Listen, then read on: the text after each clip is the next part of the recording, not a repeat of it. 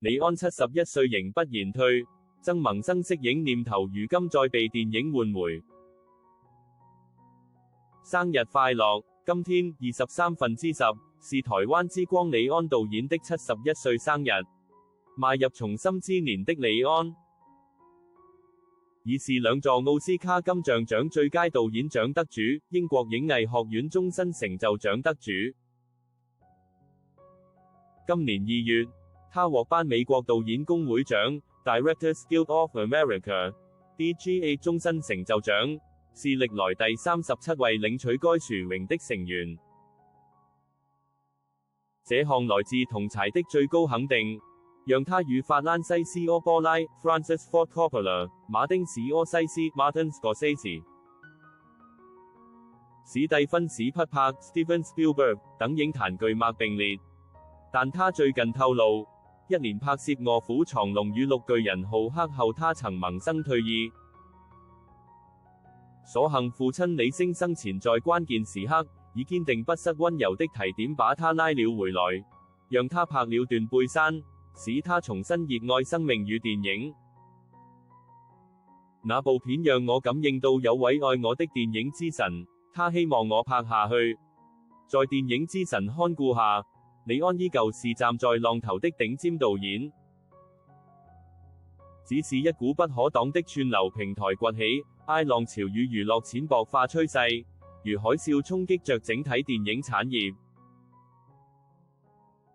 一評新聞網在他生日這一天，除了向這位世界級導演致敬，也希望透過他的事業歷程，探討當前電影產業的困境與未來的希望。李安日前接受 Deadline 訪問，透露自己2度差一點要從影壇登出。他描述拍武俠巨作《臥虎藏龍》身心俱疲，拍了5個多月，每場打戲都要2週，每天16到20小時。我幾乎沒睡覺，也不讓武術組代拍，因為我想自己掌控戲劇張力。那是我拍過最累的電影。拍完後，他一度想退休。我其實在《臥虎藏龍》之後想退休，因為我真的是被掏空了。後期混音時，我連坐都坐不住，只能躺在沙發上。情況糟到那種地步，我說夠了，我爸是對的。結果3個月後，我在幹嗎？拍綠巨人浩克。那又是一個5個月的高強度拍攝，但我發現了一個新樂園。那是我第一次學習視覺特效的製作。不過拍完後，我真的累壞了，也再度想退休，但父親對我說，繼續拍吧，你才49歲，應該為兒子樹立榜樣。2週後，他就離開了人世，於是我接拍了斷背山。他回想到，起初我甚至不想回去工作，因為父親剛過世，我情緒極度耗盡，加上連拍2部大片，身體也垮了。我得了筋腱炎，全身虛脫，但幸好他堅持了下去。我那時真的想退休，斷背山讓我重新找回對生活與電影的愛。到現在我還在拍片，全都要感謝那部電影。那是我唯一一次覺得電影之神愛我，他要我繼續走下去。那部片太完美了，我心想，我何德何能遇到這樣的電影？一切都那麼好。他表示，我也不知道那部電影有什麼魔力。它是悲傷的電影，但講的是愛，那份愛是滋養的、溫柔的。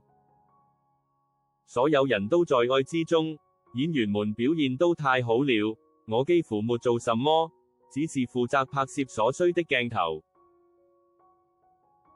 那時我沒有任何電影野心，只是確保每天拍完表演到位。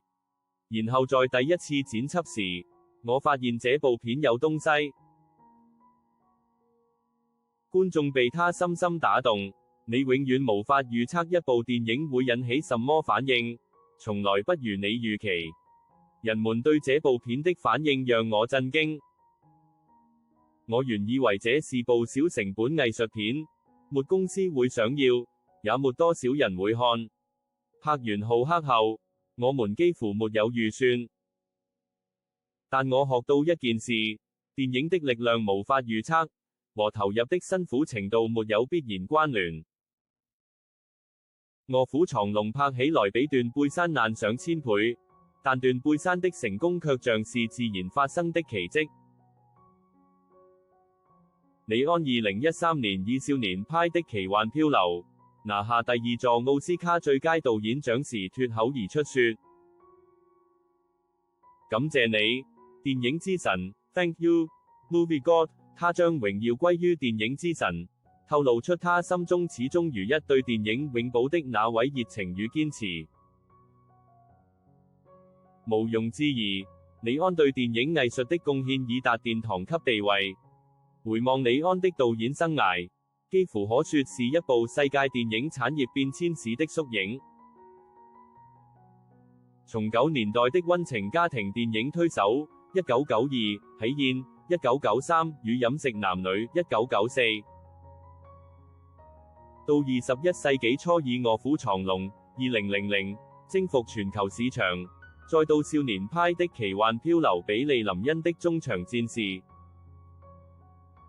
雙子殺手挑戰數位影像技術的極限，李安的每一部都在與時代對話，也折射出電影工業在藝術、商業與科技之間不斷尋找平衡的掙扎。一從人情戲出發，電影的普世語言時代。90年代初的李安以父親3部曲奠定國際明星，這些作品的故事以家庭衝突、文化落差為主題，但情感極其普遍。那個時代的電影，仍是一種共感的藝術，觀眾願意靜下心看一個故事，看角色人物的情緒如何展演。這樣的作品，製作成本較低，風格多樣，也讓導演有相對大的創作自由。李安以溫和、內斂的鏡頭語言捕捉角色情感的細微波動，常以餐桌作為象徵場域，一個既是連結的地方，也是壓抑與對抗的戰場。這一時期的李安，攝影風格簡潔克制，構圖強調空間秩序與情感距離，光影柔和，節奏緩慢，映照他對家與身份的思考。李安的成功，代表了那個時期獨立製片與國際合資電影的黃金年代，市場雖有限，但容許多元與風險。而全球化的高峰，藝術與商業的罕見融合。李安以改編英國古典文學的理性與感性1995進入國際舞台，他以東方的節制詮釋西方的奔放，讓人耳目一新。之後的冰風暴1997與魔鬼共騎1999更明顯地探討社會疏離與人性陰影。鏡頭語言冷峻，色調灰藍，預示他對壓抑與解放命題的延伸。2000年的武俠經典《臥虎藏龍》是個轉折點，這部電影以東方哲學與武俠美學征服西方，他更將武俠電影提升為詩性與哲理的高度，攝影流動、剪接輕盈，動作與情感行雲流水，是對東方傳統的致敬，也是對個人內在慾望的現代詮釋。該片不僅票房破紀錄，也讓非英語電影進入主流奧斯卡視野。那是一個全球化的巔峰時代，觀眾對異國文化充滿好奇，好萊塢仍願意投資不一樣的題材。接着，斷背山2005以冷靜卻深刻的鏡頭描寫禁忌同志牛仔愛情，呈現他對孤獨中的溫柔的極致掌握。接下來讓他再奪威尼斯金獅獎的色戒，他開始更大膽使用肉體表達，將情慾視為權力、罪與救贖的交錯場域。李安此時已將情感的節制轉化為情感的重量。這段時間，導演仍是創作的中心，從冰風暴到斷背山，李安能自由跨越文化與題材界線，拍出嘅有人民深度又能引起社會共鳴的作品，那是一種創作者與觀眾仍相信電影的年代。三、科技的挑戰，數位時代的孤獨實驗者。進入2010年代後，李安轉向科技實驗。他先前拍漫威超級英雄片《綠巨人浩克》時，發現了視效的新樂園。拍攝少年派的奇幻漂流時，擁抱 3D 與電腦特效，讓視覺成為哲學的一部分。李安在此不僅是講述一場漂流，更探索信仰、真實與幻覺的邊界。技術上，少年派是他首次全然擁抱數位 3D 與 CGI 的嘗試。奇幻的海面、動物與天空皆成為人類精神境界的延伸。這是他從情感到哲學，從現實到象徵的最完美融合點。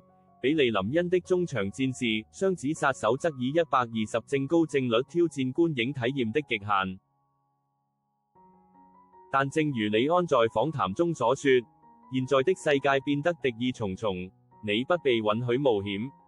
這句話道出了當代電影產業的困境。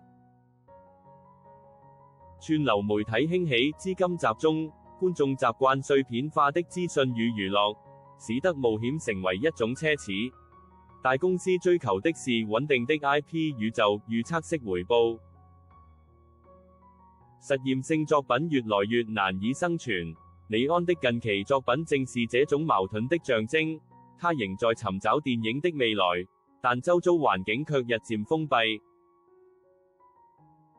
相關新聞：台灣以你為傲，李安自我揶揄手戴老花眼鏡獲美國導演工會獎終身成就獎致辭全文。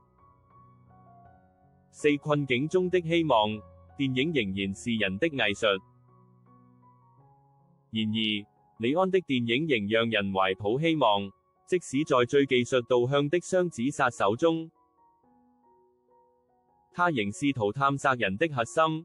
一個人面對自己複製體的孤獨與和解，這種對人性深層的關注，是電影無法被演算法取代的靈魂。電影產業的未來，也許不在於更高的解釋度或更多的續集，而在於誰能重新喚起觀眾的情感共鳴，讓科技服務於人，而非吞噬人。五、多一些像李安的堅持，是電影的希望。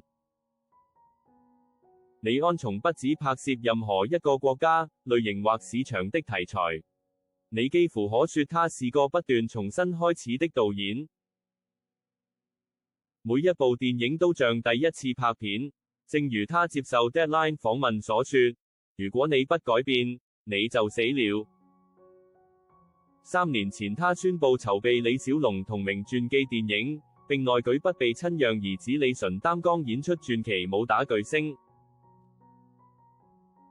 但該片前置作業波折不斷，先是產業大罷工導致延誤，後又多次重寫劇本，如今又面臨電影公司遲遲未放行的最新難關。報道形容，他正深陷好萊塢的數學泥沼，與預算數字纏鬥，為這部醞釀已久的李小龍傳記片追求索尼影業的綠燈批准。由於籌措預算一時未果，他選擇暫時擱下該片，並決定投入另一部新計劃《舊金山》（Old Gold Mountain） 暫譯。舊金山原本預定今年開拍，據悉李安目前仍在微調拍攝的創意細節，現已延至明年春季開鏡。該片改編自張玲 （C.Pam Chang） 的處女作小說《How Much of These Hills Is Gold》。由韓裔美籍作家李昌來 （Chang Ray Lee） 擔任改編編劇。故事講述兩名孤兒移民的旅程。在一個越來越封閉、計算化的影視世界裏，李安的存在提醒我們，電影仍然可以是探索冒險與情感的藝術。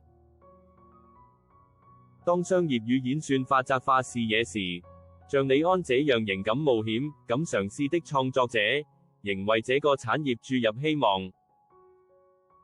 李安說：我會繼續奮鬥，如果需要更久，那就更久吧。